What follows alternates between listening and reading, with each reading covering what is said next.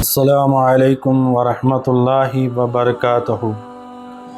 نحمده ونصلی علی رسولہ الکریم ونحن علی ذلک لمن الشاہدین والشاکرین والحمد للہ رب العالمین۔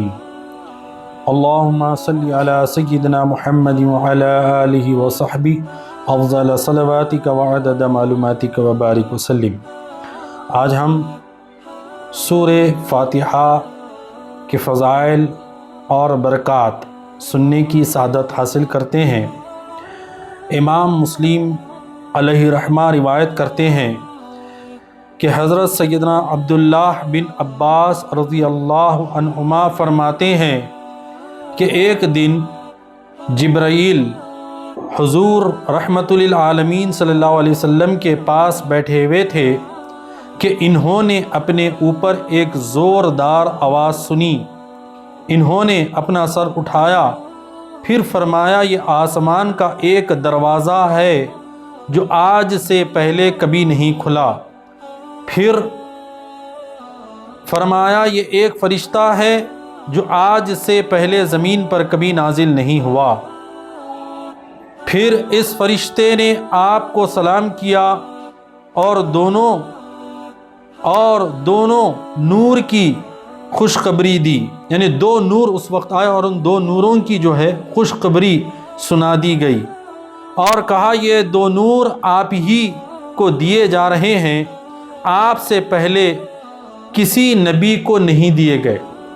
یہ جو نور آپ کو دیے جا رہے ہیں یہ نور اس سے قبل کبھی کسی کو نہیں دیے گئے۔ تو کتنی عظمت والی یہ بات ہے۔ حضور رحمت للعالمین صلی اللہ علیہ وسلم کے ذریعے سے ہم کو یہ کتنی بڑی نعمت حاصل ہو رہی ہے، باغور سماعت فرمائیں۔ آپ سے پہلے کسی نبی کو نہیں دیے گئے۔ نمبر ایک ہے سورہ فاتحہ۔ کیا ہے؟ نمبر ایک ہے سورہ فاتحہ، اور دوسرا ہے سورہ بقرہ کی آخری دو آیتیں۔ آخری دو آیتیں آپ جب کبھی ان دونوں میں سے کوئی کلمہ تلاوت کریں گے تو آپ کو طلب کردہ چیزیں ضرور عطا کر دی جائے گی۔ صحیح مسلم کتاب الفضائل باب سورہ فاتحہ میں یہ پیاری حدیث ہم نے سننے کی سعادت حاصل کی۔ تو آپ غور کریں کہ سورہ فاتحہ ایک وہ نور، دوسرا سورہ بقرہ کی آخری دو آیتیں، یہ ہمیں اللہ تبارک و تعالیٰ اپنے حبیب صلی اللہ علیہ وسلم کے ذریعے عطا فرما رہا ہے۔ اور سورہ فاتحہ کے فضائل میں یہ بھی آیا ہے کہ جب سورہ فاتحہ 101 دفعہ پڑھی جائے اور جو بھی دعا اللہ تبارک و تعالیٰ کی بارگاہ میں مانگی جائے، اللہ اس دعا کو رد نہیں فرماتا، قبول فرماتا ہے، اس کی دعاؤں کو رد نہیں کرتا۔ اول آخر درود شریف پڑھنا لازم ہے۔ اسی طرح روایت میں آتا ہے کہ جو فجر کی سنت اور فرض کے درمیان 41 دفعہ 41 ٹائم سورہ فاتحہ مع بسم اللہ الرحمن الرحیم مل الحمد للہ رب العالمین پڑھ لے، سورہ فاتحہ تکمیل پڑھے۔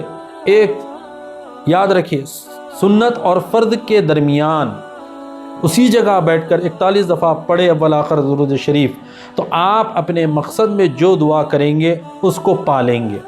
مگر ایسا نہیں ہے کہ آج ایک دن پڑھے اور دعا کی، ایسا نہیں، اس کو لگاتار مسلسل پڑھنے کی ضرورت ہے، مسلسل پڑھنے کی ضرورت ہے۔ اسی طرح 101 دفعہ اگر آپ سورہ فاتحہ پانی پہ دم کر کر اگر پلائیں یا پیے، اللہ تبارک و تعالیٰ بیماریوں سے شفا عطا فرماتا ہے۔ کسی پر دم کر دیں تو اللہ شفا عطا فرماتا ہے۔ سورہ فاتحہ اگر 3 مرتبہ 11 مرتبہ پڑھ کر دم کریں تو اس میں اللہ تبارک و تعالیٰ شفا عطا فرماتا ہے۔